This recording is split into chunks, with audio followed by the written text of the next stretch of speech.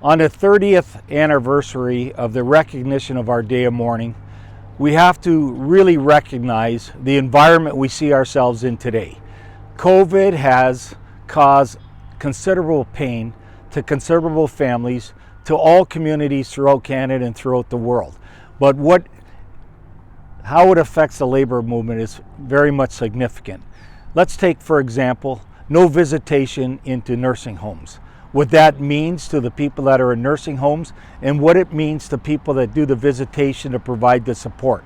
Let's take a look at hospitals. Limited visitation completely. Therefore, families can't provide support. The labor movement can't provide support to their members.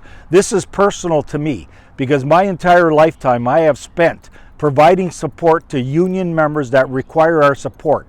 When they're in the hospital, I'd like to believe we're going to be there as an extension to our representation to make sure that the members are taken care of, to make sure the families got the support of the union, to make sure that those that are in care recognize that the labor movement's there for them.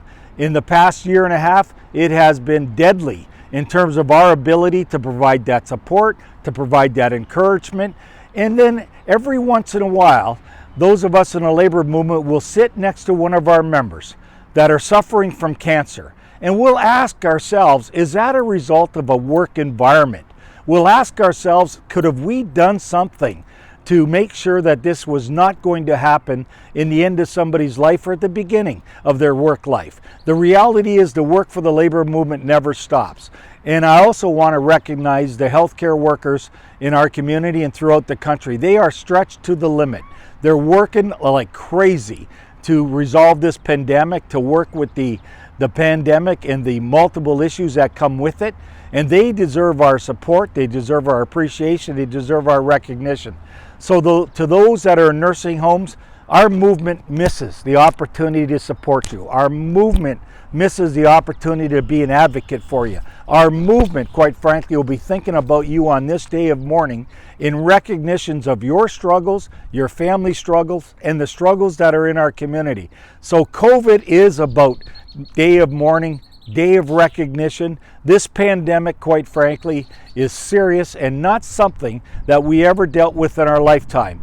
But let's learn from this pandemic. Let's learn that our work is far from done. Let's learn that whatever happens as a result of this pandemic, we learn from it and we come out better. And the movement understands our work, not just in the workplace, but in the community, in those healthcare facilities that require our support. So keep up the good work. And once again, let's recognize those that have died as a result of COVID, those that have faced disabilities as a result of COVID, those that are locked up in their homes as a result of COVID. This has created a serious problem for all of us, and anxieties are setting in even to people like myself who no longer have the ability to provide that support. Quite frankly, it's been a terrible year and a half.